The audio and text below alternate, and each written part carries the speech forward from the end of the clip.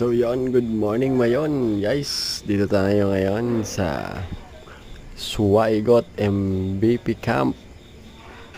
Nakatatagpuan sa Tabaco, Albay. Yan guys.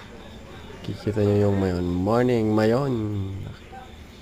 Napaka berry cone ng ating mayon volcano guys. So yan.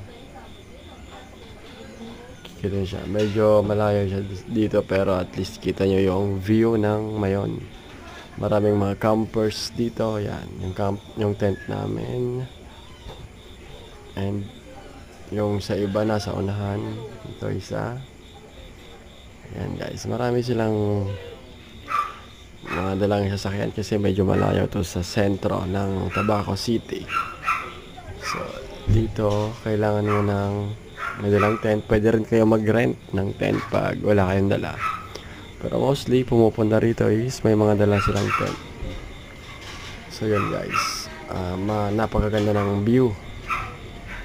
Sariwa yung hangin at very relaxing guys. So yun, makikita mo si Mayon.